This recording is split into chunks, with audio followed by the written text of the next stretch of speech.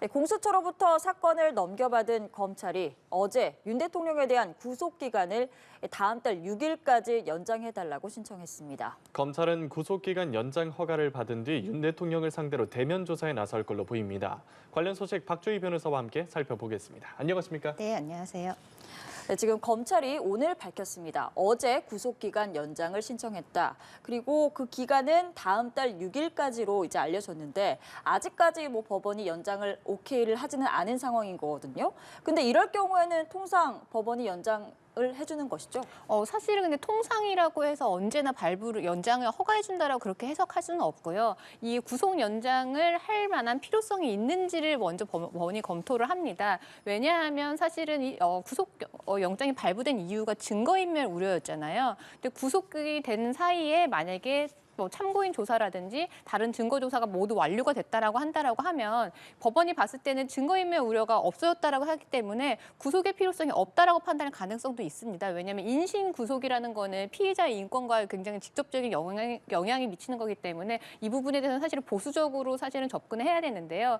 그런데 이 사실상 구속 연장의 필요성은 좀 있어 보입니다. 왜냐하면 체포 당일에 이 윤 대통령에 대해서 조사를 한 것 외에 사실은 뭐 강제 구인도 실패했고 실질적인 조사가 이루어지지 않았잖아요. 그렇기 때문에 이 조사에 불응하고 있는 상황에서 조사의 필요성이 때문에 구속 기간을 연장할 수도 있다. 이렇게 볼 수도 있을 것 같습니다. 네, 지금 원래는 이 사건을 공수처가 수사를 하고 있었다가 어제 검찰의 사건을 이제 넘긴 것인데 원래 공수처 자체 계산에 따르면 윤 대통령의 구속 기간이 한 번 연장을 해서 최대가 되면은 2월 8일까지였거든요. 그런데 이 계산이 조금 다른 거인지 이유는 모르겠지만 검찰은 2월 6일까지 연장해달라 이렇게 신청을 했어요.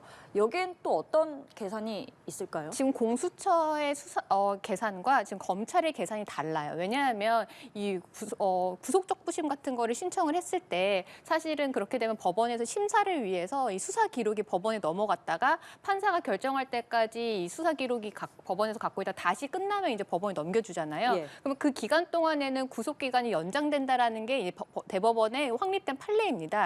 그런데 이제 이 연장되는 기간을 이게 단순히 날짜로 계산을 할 것인지 아니면 시간으로 계산을 할 것인지에 따라서 지금 공수처와 검찰의 계산이 다릅니다. 지금 법원에 사실은 기록이 넘어갔던 시간이 33시간입니다. 그렇게 따지면 사실은 지금 공수처의 입장은 사실은 33시간인데 새벽에 넘어갔다가 새벽이 돌아왔기 때문에 걸친 날짜가 3일이나 걸쳐 있어요. 그렇기 때문에 공수처에서는 3일이 추가로 연장이 되어야 된다 이렇게 보고 있는 거고 검찰 입장에서는 아까도 말씀드린 것처럼 이 피해자 인신 구속과 관련해서는 보수적으로 봐야 되기 때문에 그렇게 되기 때문에 33시간이니까 더 정확하게 말하면 이틀, 그러니까 이틀 정도만 더 연장이 되어야 된다라고 그렇게 계산을 하고 있는 겁니다. 그렇기 때문에 이 구속기간 만료 시점이 공수처의 계산과 검찰의 계산이 지금 다른 겁니다. 예, 영장을 발부했던 서울 서부지법이 아니라 중앙지법에 신청했는데 이건 왜 그런 건가요? 일단 공수처는 사실은 이 대통령 관저를 관할하고 있는 서울 서부지방법원에다가 이제 구속영장을 신청을 했지만 이 공수처법에 따르면은 공수처의 전속 관할은 사실 서울중앙지방법원이거든요. 근데 이제 검찰에서는 이 사건을 받았고 이 중앙지검에서 지금 이 부분을 수사를 하고 있거든요. 특수본에서. 근데 중앙지검에 사실은 대응하는 이 법원은 사실 중앙지방법원이기 때문에 중앙지방법원에 구속연장 기한을 신청을 한 것 같고 또 워낙 지금 관할과 관련해서 분쟁이 많았기 때문에 이런 논란의 소지를 좀 없애고자 검찰에서는 중앙지법에 청구한 것 같습니다. 예, 알겠습니다. 검찰은 일단 연장 허가 받고 이르면 이번 주말쯤에 대면 조사에 나설 거로 전망이 되고 있는데 일단은 김용현 전 장관 포함해서 내란 혐의 주요 피의자들에 대한 조사를 대부분 마무리하고 그다음에 윤 대통령에 대한 대면 조사를 성사시키는데 초점을 좀 맞출 거란 전망이 나오고 있습니다. 예. 네, 뭐 지금 일각에서는 뭐 서면 조사도 뭐 하지 않겠느냐는 얘기가 나오고 있는데 검찰에서는 아마 서면 조사는 하지 않을 겁니다. 왜냐하면 서면 조사 같은 경우는 비교적 간단한 사건에서 단순히 뭐 피해자의 인부, 그러니까 그렇다, 아니다 이 정도의 진술을 받거나 아니면 피의자의 건강 상태가 굉장히 안 좋아서 진술을 길게 할 수 없을 때 사실 서면 조사를 보충적으로 하고요. 그래서 원칙적으로는 좀 대면 조사를 하는 게 맞습니다. 그런데 윤 대통령의 경우에는 지금 구치소에 있는데 구치소에서 나와서 검찰에 이동하는 부분에 있어서는 대해서는 경호 문제도 있고 또 현직 대통령이라는 좀 예우 차원인 것도 있어서 아마 검찰에서는 사실은 검사가 직접 구치소에 방문을 해서 조사를 하는 대면 조사를 할 것 같은데요.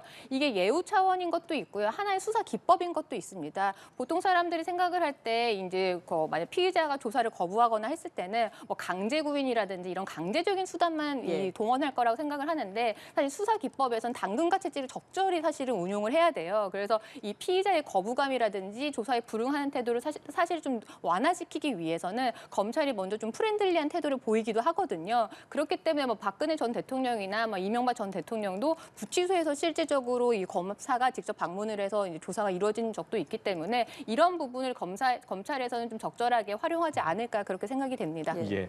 윤석열 대통령 측 변호인단이 조금 전에 서울중앙지검을 방문했다고 속보가 들어와서 저희가 전해드렸는데 처음에는 이제 조사 일정 때문일까 싶었는데 일정 조율 때문은 아니라고 분명히 밝혔고 구체적으로 중앙지검에 방문한 이유는 아직 모르겠거든요. 어떤 것 때문에 방문했다고 추측해 볼 수 있을까요? 뭐 사실 여러 가지 이유가 있겠죠. 왜냐하면 지금 중앙지검에서 지금 이 수사 기록을 지금 받았는데 사실은 이 중앙지검의 조사에 대해서도 사실은 윤 대통령이 응할지도 사실 미지수예요. 왜냐하면 지금 이 사건이 지금 중앙지검으로 넘어간 이유가 공수처에서 수사를 하다가 우리가 수사를 못하겠으니까 검찰 너희들이 해줘 이렇게 넘긴 이첩을 한 게 아니라 우리가 수사를 다 했지만 우리에겐 기소권이 없으니 기소권이 있는 검찰 너희들이 기소를 해줘 이런 식으로 좀 사건을 넘긴 거거든요. 그러면 그 전제는 검찰에서 기소를 한다라고 한 전제는 공수처의 수사가 적법하다라는 걸 전제로 합니다. 그런데 지금 윤 대통령 측에서는 공수처의 수사 자체가 계속 위법하다라고 주장을 하고 있기 때문에 지금 이 기소를 여부를 결정하기 위해서 검찰에서 수사를 하는 것 자체도 이 부분도 부적절하다라고 그렇게 윤 대통령 측에서는 문제를 삼을 수가 있기 때문에 이런 부분을 논의를 하고자 아니면 혹은 항의하고자 방문했을 가능성도 없지는 않습니다. 지금 이 윤석열 대통령 내란 우두머리 혐의로 구속이 되어 있는 상태이고 윤 대통령 사건이 공수처에서 이제 검찰로 넘어간 상태입니다.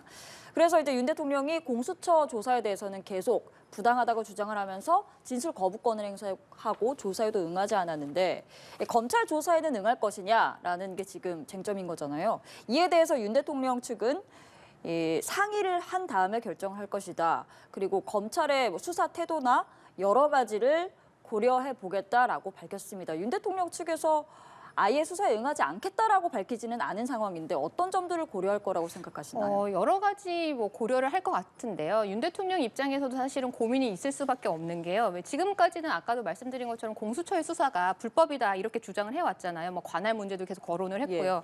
그런데 이제는 어쨌거나 친정인 검찰로 넘어온 상태예요. 그런 상황에서 검찰의 수사까지 만약에 부정을 해버리면 사실 자가당착에 좀 빠지는 부분이 있거든요.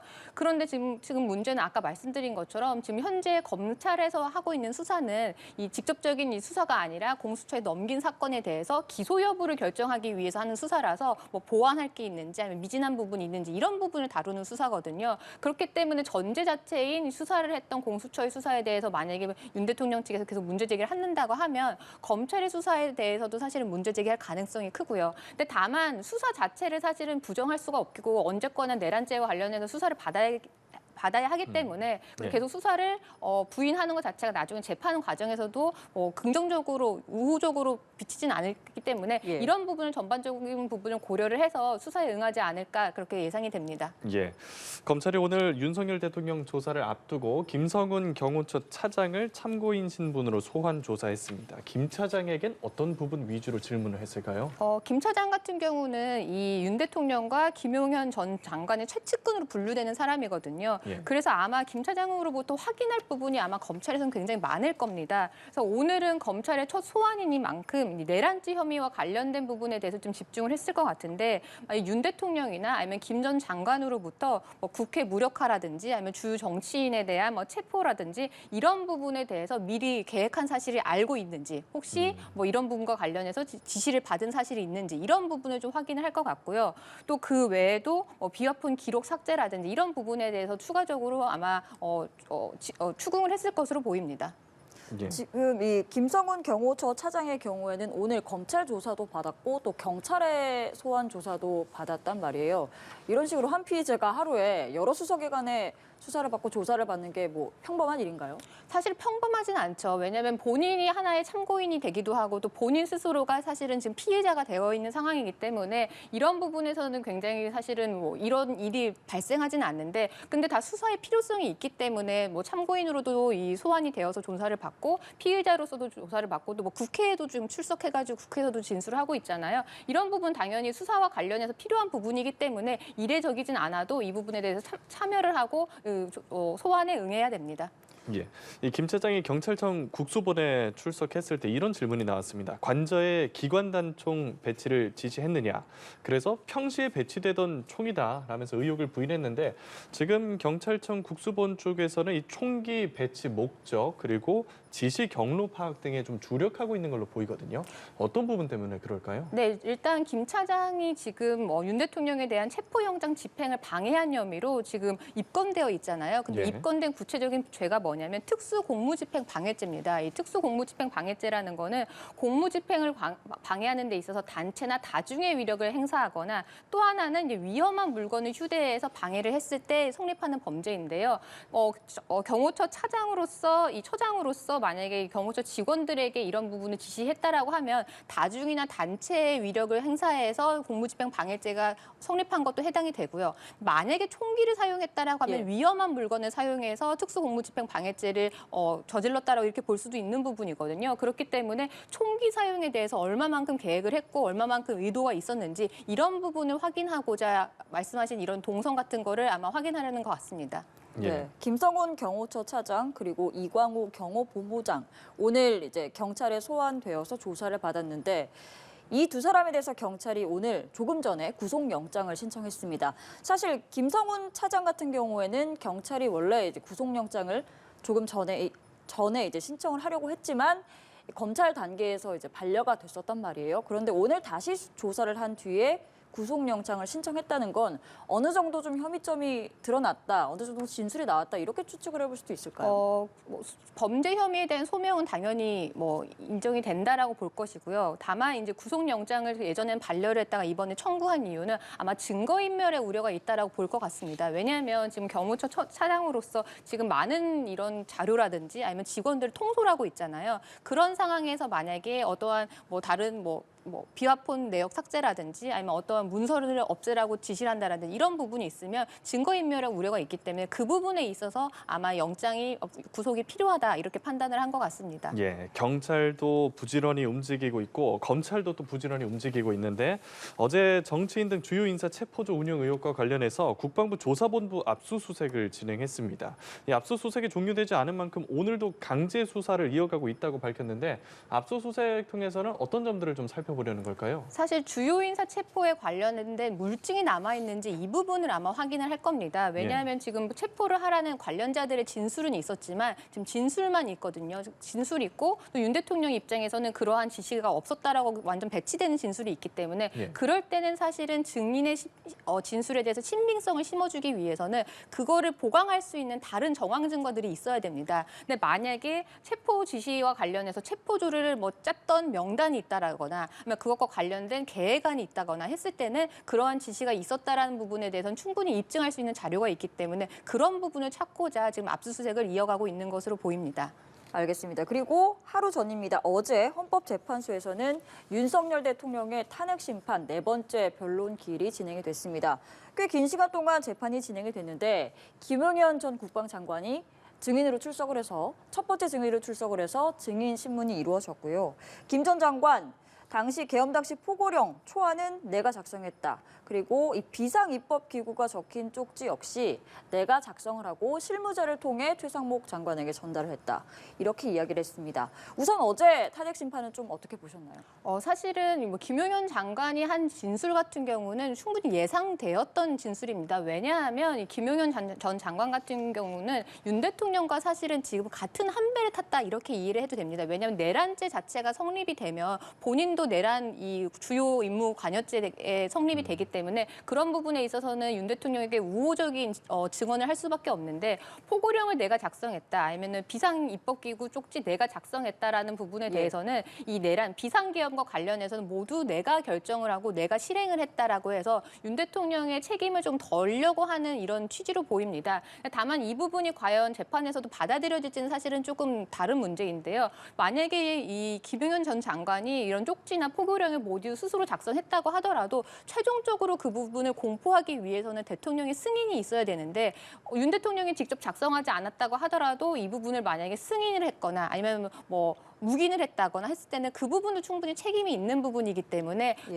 최소한 책임을 덜려고 하는 시도는 있지만 이게 재판에 직접적으로 결과에 영향을 미칠지는 사실은 미지수입니다. 예, 그렇지만 윤석열 대통령의 책임이 있었을 법한 내용들이 의심될 만한 내용들이 나오는 게 윤 대통령이 이 국회 활동 제한한 비상계엄 포고령에 대해서 포고령이 뭐 법규에도 위배가 되고 내용도 구체적이지 않아서 집행 가능성이 없으니까 그냥 놔두자라는 식으로 얘기를 했다고 하거든요.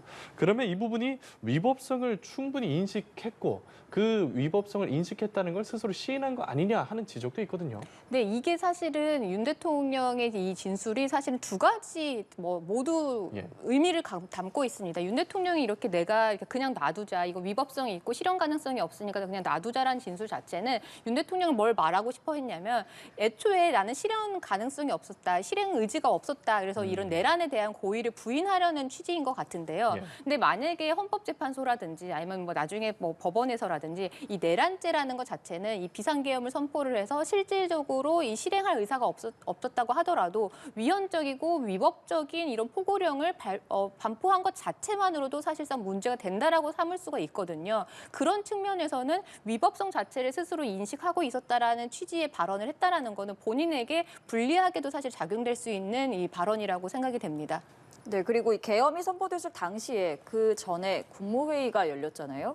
이 국무회의에서 누가 계엄에 동의를 했느냐 혹은 누가 반대를 했느냐에 대해서도 논란이 많은데 지금 김용현 전 장관 어제 헌법재판소 재판에서는 동의를 했던 사람이 있다. 하지만 누구인지는 말하기 어렵다라고 이야기를 했어요. 근데 이미 검찰과 경찰 수사 단계에서 국무위원들에 대한 조사도 이루어졌을 것이고 이 국무위원들이 나는 동의하지 않았다라고 이제 밝혔던 위원들이 대부분인 것으로 알려져 있는데 이런 김 전 장관의 발언은 어떻게 좀 진위를 확인할 수 있을까요? 사실 완전 뭐 국무회의록도 사실은 정확하게 작성이 되어 있지 않았다라고 해서 사실 진술로만 확인할 수 있는 부분인데 지금 너무 상반되는 진술을 하고 있잖아요. 근데 네. 김용현 전 장관의 이런 진술은 이 우리가 윤 대통령이 사실은 이 선포한 비상계엄이 사실은 정당성이 있었다. 그렇기 때문에 다른 국무위원 중에서도 찬성한 사람이 있었다. 이 부분을 사실은 주장하려고 했던 부분이에요. 근데 사실 이 부분은 당사자들이 계속 진술이 달라 있는 상황에서 어떤 부분이 진실인지는 사실은 물증으로는 확인하기는 어렵고요. 다만 이제 판사가 봤을 때 재판관들이 봤을 때 누구의 말에 더 조금 더 신빙성이 있는지 그걸 가지고 심증을 통해서 밝혀져야 될 부분이라고 생각을 합니다. 예. 게다가 의원 아닌 요원 발언도 지금 논란인데 다음 변론 기일에 출석할 증인들이 이 의원인지 요원인지를 끌어내라는 지시를 직접 받았다고 앞서 얘기한 증인들이잖아요. 이 부분이 좀 해소가 될까요?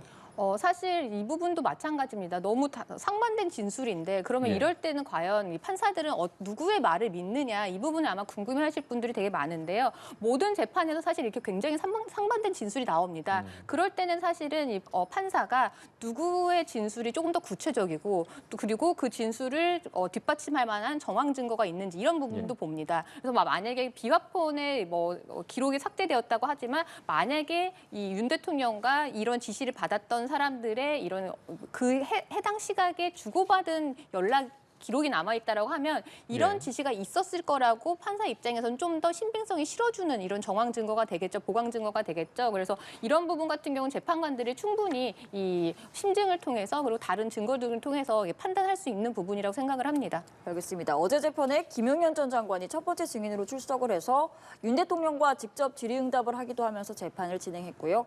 윤 대통령의 탄핵 심판 다음 변론기일은 이제 다음 주 설 연휴를 지나고 나서 2월 4일에 열릴 예정입니다. 이제 그 변론기일에는 홍장원 전 국정원 1차장 그리고 여인영 전 방첩사령관 등등이 출석을 할 예정인데 우선 이 증인들은 다 출석해야 하는 의무를 가지고 있는 건가요? 그 증인을 소환하는 방식은 되게 여러 가지인데요. 임의동행이라고 해가지고 이 우호적인 증인 같은 경우는 같이 데리고 나서 동행을 할 수도 있고요. 판사가 소환을 할 수도 있습니다. 만약에 소환을 했는데 이 부분에 대해서 응하지 않으면 이 부분도 과태료 처분을 받는데요. 아마 이 헌법재판소에서는 아마 소환을 요청을 했을 겁니다. 그래서 이 부분은 반드시 출석을 할 것이고요. 이 지금 말씀하신 홍장원 국정원 차장이나 곽종근 사령관 같은 경우는 이 내란죄 수사에 사실 물꼬를 텄다라고 해도 과언이 아닐 정도로 굉장히 구체적인 진술을 했잖아요.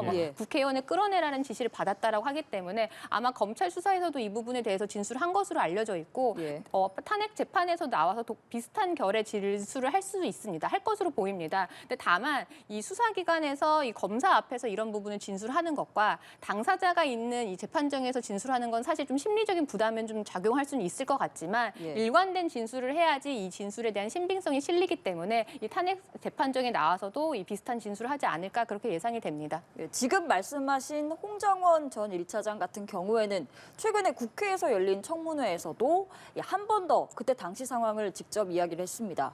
체포조와 관련해서 윤 대통령의 직접적인 지시가 있었다. 자신이 그 지시를 받았다라고 이야기를 했고 또 당시에 방첩사에서 이재명 대표, 한동훈 당시 대표를 잡으러 다닌다 이런 이야기도 들었다라고 얘기를 했는데 사실 이게 진실이라면 사실이라면 굉장히 중요한 증언이잖아요.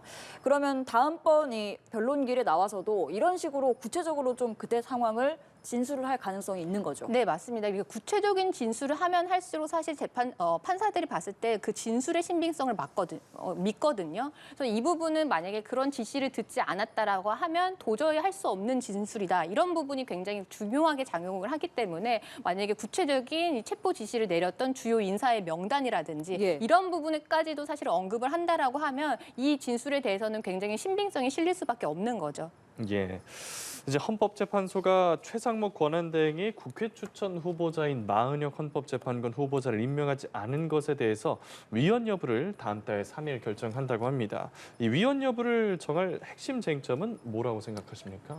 이 사건의 쟁점은 크게 두 가지입니다. 첫 번째는요, 이 최상목 권한대행의 권한 범위가 어디까지인지가 먼저 좀 확정이 되어야 됩니다. 만약에 권한대행의 범위가 그냥 이 보수적으로 이 국정의 공백을 막기 위해서 형식적으로 절차만 이어가는 게 권한대행의 역할인지 아니면 이 권한대행도 스스로의 판단과 어떤 결정을 통해서 적극적인 좀 행위를 할 수 있는지 이 부분이 먼저 결정이 되어야 됩니다. 만약에 전자인 경우라고 하면 국회가 선출한 3명의 재판관 후보를 임명하지 않은 부분은 사실은 문제가 될 수가 있고요. 만약에 후자라고 하는 경우에는 사실은 충분히 자기가 결정을 할 수 있는 부분이기 때문에 그걸 위법하거나 위헌이라고 보기는 좀 어렵고요.